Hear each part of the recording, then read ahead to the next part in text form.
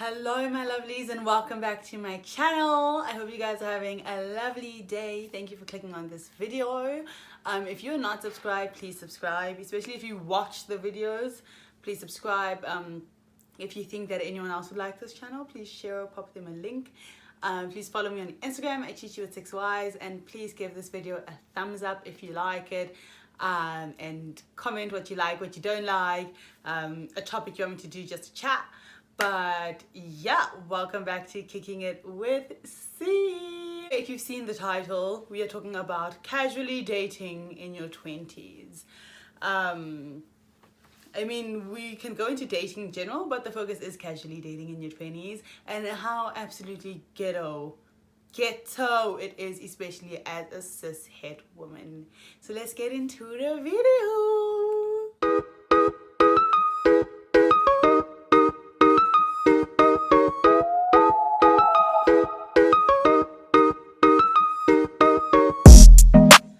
Hello, my sweeties, my lovies, my everythings. So to start off this video, I think it's important that I currently identify as a cis-het female. And so a lot of what I'm going to be talking about is when it relates to dating men. It's men in general is the people that I date. Oh, a bit oily. And yeah, I think if you guys want to get like maybe a guy on here to get their perspective of dating gals, or get someone of a different sexuality or a broader dating range, we can definitely do that. Just let me know in the comments below. But yeah, let's get into it, folks. So I just think that casually dating is ghetto. I think it's important to do, don't get me wrong. I think it's very, very important to do in your 20s and very valid. And when I say casually dating, I am in fact talking about like seeing other people. You might get into situationships, you might become exclusive with certain people, you might be talking to two guys at one time and, you know, seeing which is the best fit for you. But just being in the dating scene, going on dates, interacting with people, yes, it is very important, and it's sometimes a nice thing to do. But overall, especially when you're dating men, it's such a ghetto process. It is ghetto, and it's draining, and it's tiring. I was listening to a podcast the other day by Divine. Her podcast is called POV, You're My Therapist, where she basically just goes on air and talks about her issues, and it's very nice to interact with, and I think it's nice that we get a very real perspective of life and things. However, she was talking about the fact that she has been celibate for 4 years now. Well, she was celibate before she broke her celibacy, but she was celibate for 4 years. Not because of, you know, the typical reasons of like, oh, you know, I shouldn't have lost my virginity, I'm gonna save myself for marriage, etc., but like purely it started out of the fact that like casually dating and being sexually available or interacting sexually with people is very ghetto, and it's draining, and it's just not enjoyable because men suck, period. This is not a I hate men page. Covertly it might, but overtly it's not. But it just seems to be like the older you get, the more you realize that men are really in it just to fuck. And there's not a problem with that if they were open about the fact that they're in it just to fuck.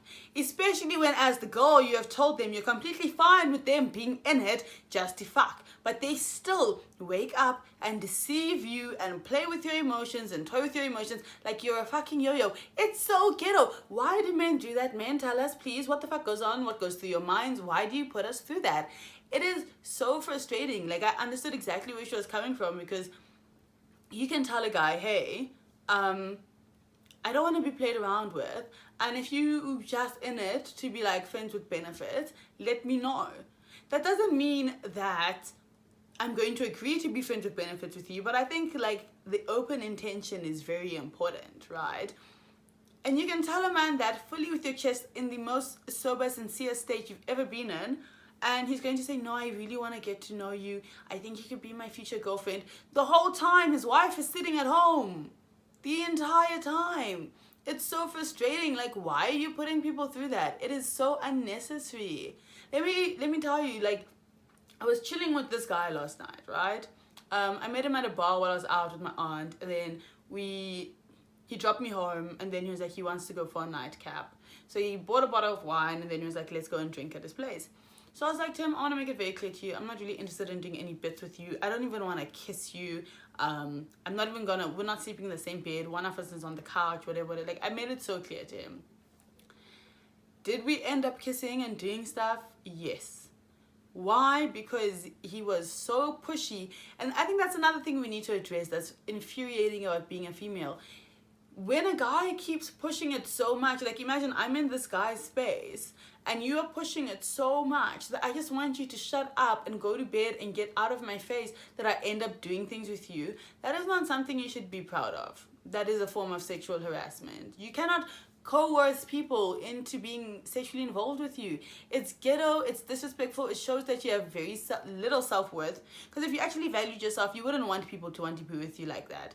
So you actually are insecure and have very little self-worth, and you see me as nothing. And I don't drive that you don't drive me, because self-drive is the best drive, and I drive myself. So if you don't drive me, get out of my face. Do you get what I mean? It makes you a very disgusting, low-life human being when you do that to girls.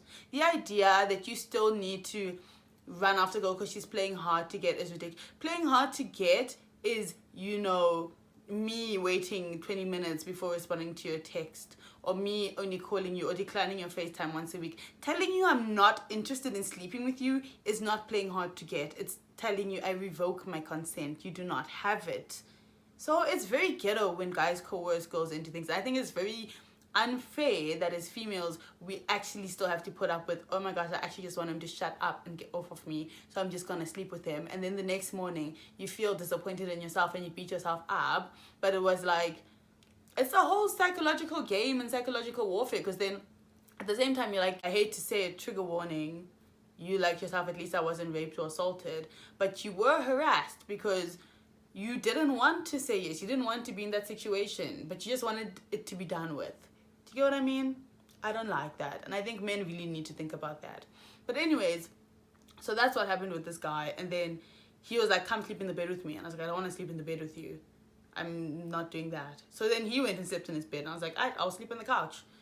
At that moment when I agreed to sleep on his couch, that is when I knew that I was never seeing this man again. Because, you know, I'm very, very liberal, and I'm very for equal rights. But I'm also for equal consequences and equal responsibilities. And until every single one of those factors is equal, we cannot have equal expectations of each other. So, you know, I have decided I will be with someone who is gentlemanly, and someone who respects my boundaries, and someone who'd rather take the couch as long as it makes me feel comfortable. And so I decided I was never seeing him again.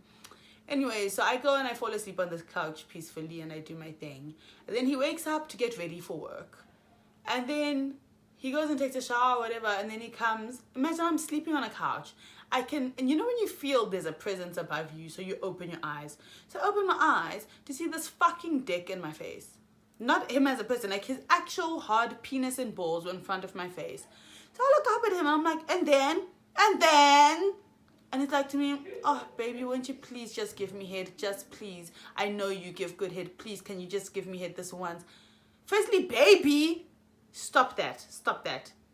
That is love bombing indirectly. That's baby bombing. Don't do that. I just met you. I'm not your baby. Fuck that. 2, you know I give good head. How? What if I don't even give head? You know nothing about me. How do you not know how to give head? What if I don't know how to give it? Fuck you again. And then thirdly, the audacity.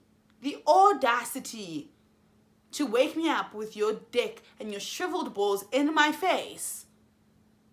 I will cut you. I hope one of you, if you ever watch this, don't ever try that with a hun. That is disgusting. I actually slapped it. I told him to get the fuck out of my face. What the hell? So do you understand when I say like this thing is draining and tiring to go through? Because who the fuck wants to go through that on a Saturday morning? That is crazy. Crazy, guys. It's ghetto. And then if it's not that, it's the guy who gets upset because you don't answer immediately. But God forbid you actually have a life and you have things to do and a degree to chase. And then let's get into this obsession of married men and grown men and working men I mean, the obsession that they have with students, especially first and second years. I'm not talking post-grad students. I'm not talking, people who are doing their second degrees. I'm talking about first-time uni students that are between the ages of 19 and 23, while you as a 33-year-old man have 2 kids and a wife at home. Are you crazy? What is No, man. No, it's so disgusting when you actually think about it. And then there's the whole, but you're mature for your age. No, you are predatory. Babe, that's the chat. That is the chat, that you are predatory. And it's weird because you'll meet someone and they'll tell you like, I'm a 3rd year. And you're like, okay, cool. And then they forget to mention that, no, they mean they're 3rd year and they're fucking PhD, like they're old as hell. And if you do date people older than you, no shame in you. Some people get into those relationships and they work very well because they're with very respectful people that were raised very well. But majority of the time, when you interact with someone 10 to 15 years older than you, it is a red flag. It is a disaster waiting to happen. And because you're young and they know that you like free drinks or you like bottles or whatever, they prey on that. They treat you for a certain amount of time, and then when you're in bed and you tell them you don't want to have sex with them, they're like, just a quickie, babe. Just a quickie. What's a quickie? For all the nice things that I do for you. What? So now you think that I'm selling myself. And there's absolutely nothing wrong with people who do sex work. Sex work is a very valid profession, but as long as they're aware that they're doing the sex work and they're doing it of their own will, consensually. I did not know when I was accepting a 35 Rand drink that you thought you were buying my vagine. You must be so sick, my boy. What the fuck goes through your mind? What the fuck goes through your mind? So no, casually dating, especially in your 20s, is draining.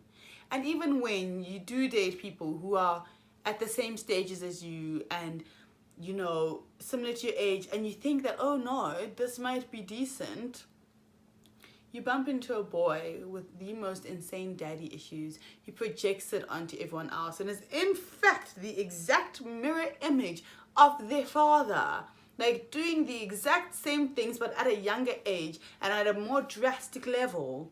And now all of a sudden, you can't walk around the fucking town that you study in and even mention his name or not be recognized because Mr. I wanna fuck the whole town and have my dick in every single chicken pie was not honest about the fact that he's a fuckboy and is probably a disaster waiting to happen. It is horrible how men trap women into things. It is really horrible. Like, let me tell you guys, I got into this situation at the beginning of the year. What a lovely guy, to an extent, but what a lovely guy. And he was very soft with me. He really made me realize that I want to be loved gently. I want a partner who is soft and gentle and tender with me, understands me. That doesn't mean they let me walk all over them, but they just understand and they're respectful of the fact that I'm human and that I'm not always going to be the best at everything and I'm not always going to be this bad bitch, hard bitch, I've got everything on lock bitch, right?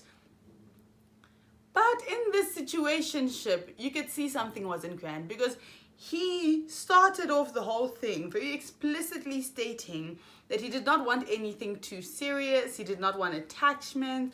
He just company, which is also a red flag because what do you think is going to happen when I'm sleeping in your bed every night and we're cuddling and we're talking and we're pillow talking, but fine. And I am the type of person that once you tell me that, I emotionally detach. True.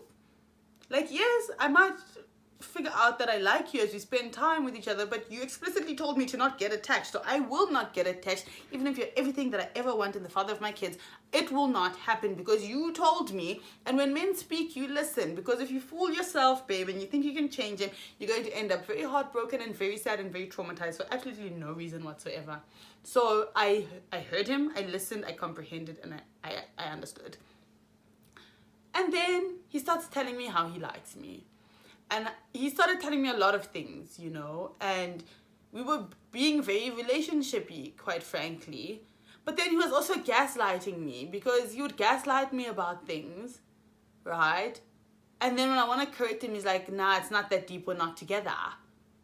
But at the same time, you're telling me that, like, you know, how could I ever even think of harming myself when you give me a reason to live?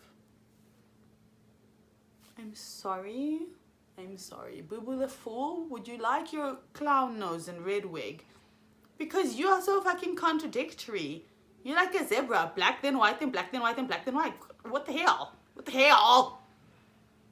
What? One day I'm the reason that you're alive, and then the next day I mustn't be touched because we're not together, and then, you know, you want me to start bringing some of my stuff over to your place because you want it to be our space, but I'm not your girlfriend, but like I'm welcome to even sleep at your place when you're not there if I don't feel comfortable at rest, and I should call you at any time, but like you don't want any strings, but also like you miss me so much, but like, whoa, I'm still single. What, you fucking zebra-ass human being? What the hell is wrong with you? And what the hell do you think is wrong with me that I would put up with that? That is draining and it's exhausting. And then the crazy thing about this guy, even though he was a bit of a gaslighter, with how lovely and soft and tender he was with me, he was the complete opposite with someone else. The complete opposite. He was harsh and cold and very blunt. He applied the thing of, hey, yo, this is a situationship, no strings attached. But with me, you see, you just never know with men. They're fucking actors. They just choose a different character to play with every different girl, and it's ridiculous. Like, how is someone supposed to keep up, especially in a town like Stellenbosch that is so tiny? Like, we all know each other. We're all dating each other's exes and future husbands and whatevers. And you hear all these stories about one person who you thought was so lovely. And then you also have to be like, he's being nice to me now, but it's very clear that he has a devil side to him. So do I stick around and wait to find out? It's a lot of work. It's a lot of work. And then you're also trying to secure your bag, and you're trying to bag your degree, and you're just trying to live and exist and grow as a functional human being and be in friendships and learn about being an adult and budget and like be healthy. And oh my gosh, no, lifically it's too much. It's way too much. No, hey, I have a lot of stories about a lot of men that they don't actually, there's nothing congruent about them. Everything is just a mess up, a massive big puddle of confuct. Like confused and fucked in one. No, it's mad. I just thought it was something we should talk about because it's actually mad. And I don't think we realize that we put ourselves through this until you sit back one day and you're like, no, man.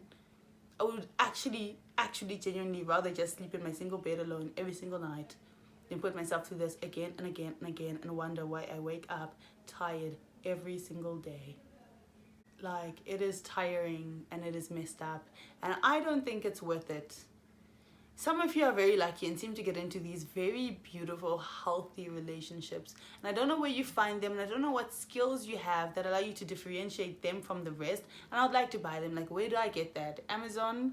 Where do I buy it? Because I don't seem to be able to find it for free. But then again, you guys get into these lovely relationships for 4 years, and then you find out that he actually had 2 kids and a wife, and then your whole life doesn't make sense anymore. It's just hard dealing with men. It's hard, it's tricky, and it's not nice, hey. It's not nice. And I don't know if men go through the same with girls, and I don't know if girls go through the same with girls, or boys go through the same with boys, but dating in your 20s is tricky and it's painful, and I don't know how you guys do it. But I wish you well on your journeys. I wish you well in your situationships and your casually datings and your experiences and your everythings, because you are going to need it. We are all going to need it. God bless us all. Hallelujah, hallelujah. Because no, it's tough. It's so tough. But anyways, I hope that you all do find someone who loves you gently and tenderly and however you want to be loved, and makes you feel like the world is like rainbows and marshmallows and beautiful, beautiful space, and someone who supports you and all that stuff. Until that time comes, I hope you guys have a beautiful day and that you're surrounded with love, light, and prosperity. I am sending you all my love and encouragement, and keep doing you. Keep securing your bag, chasing those W's, bro, and just winning at life. Love you loads. Thank you for watching this video. Please subscribe and like. See you next time. Bye.